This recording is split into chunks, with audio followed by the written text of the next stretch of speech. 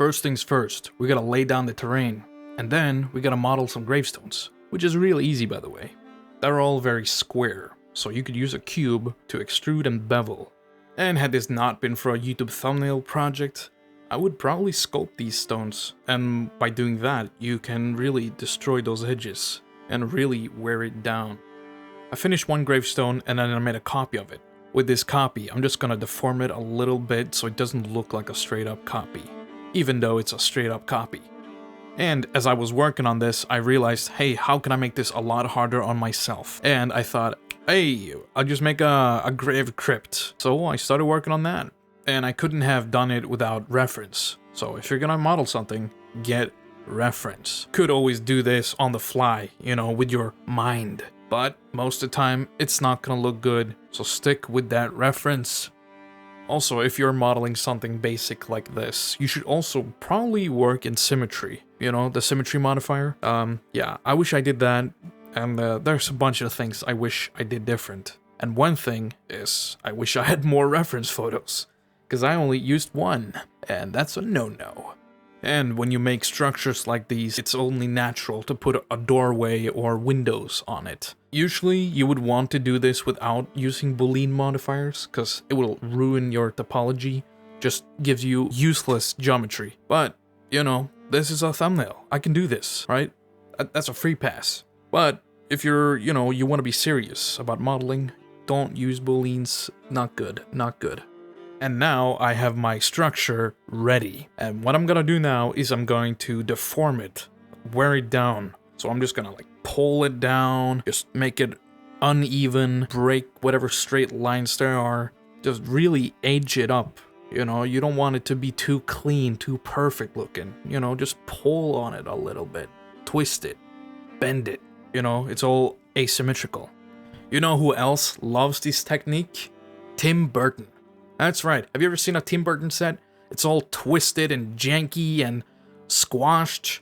Just treat it like a Tim Burton set. I don't know. I love his sets. That's, I don't know. You should do that. I don't know. And when it came down to the texturing, I just did a really simple UV unwrap using the cube projection. Because I was only working with cubes, technically. So, yeah, no, that's the way to go. And for the textures itself, I just used the Megascan stuff. It's great. I usually love diving deep into the texturing phase, but since I didn't really have much time, I stuck with this texture of a brick wall, and then I used some moss, and I had two shaders, which I mixed together with some noise. And I split out the roof and gave it a separate texture. And since I only had 2 gravestone models ready, I decided to make 2 more to add a little more variation to the scene.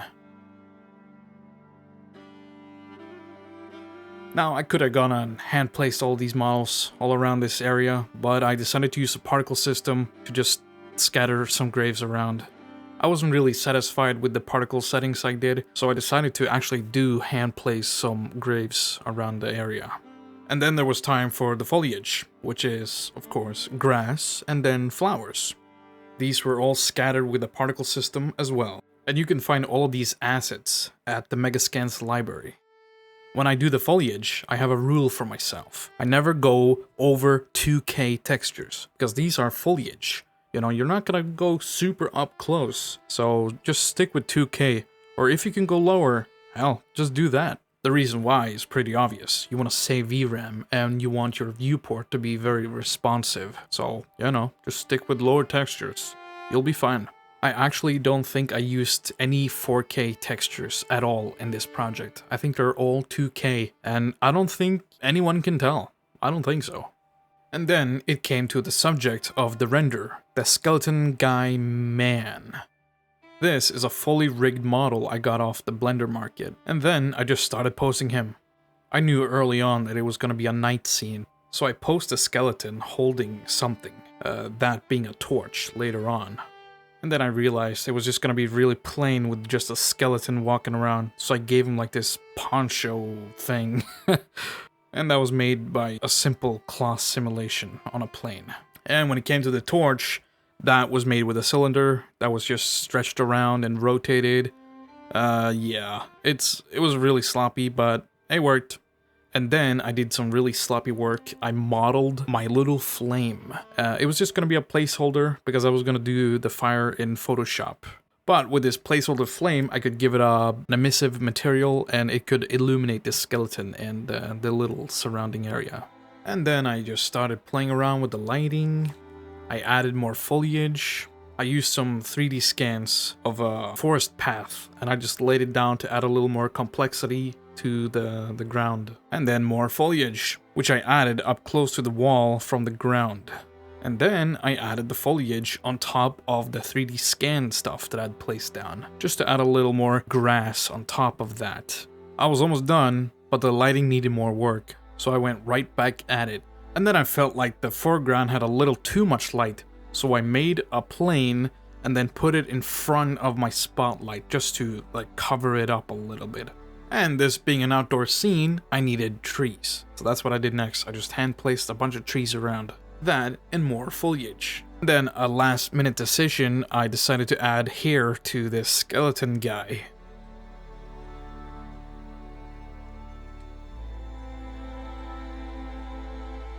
I finally rendered it out. Now it's time to do some compositing and some minor paintovers, starting with that damn torch.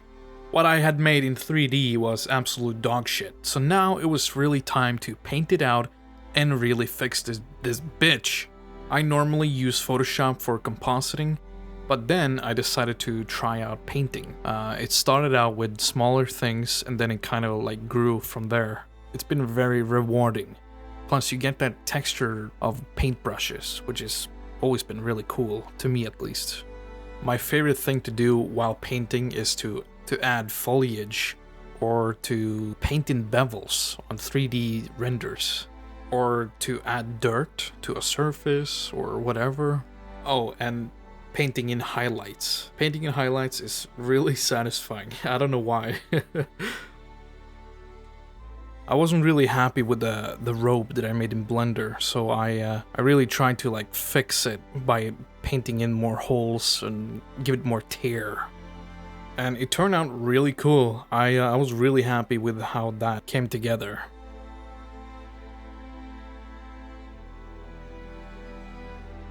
The skull looked a little too clean, so I decided to dirt it up a little and paint away the teeth and make the eye holes a lot darker.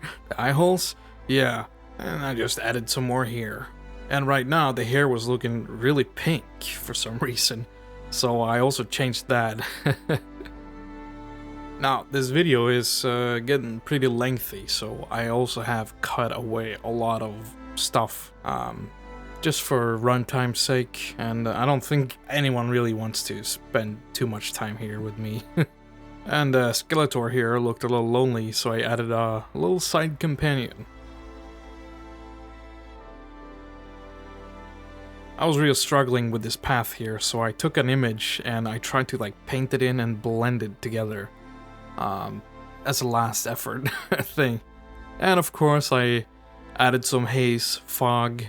I just love that shit, and that was really easy to do. You know, I just have this smoke brush and I just started painting in, painting out, and then lowering the opacity because I don't want too much, just a little bit.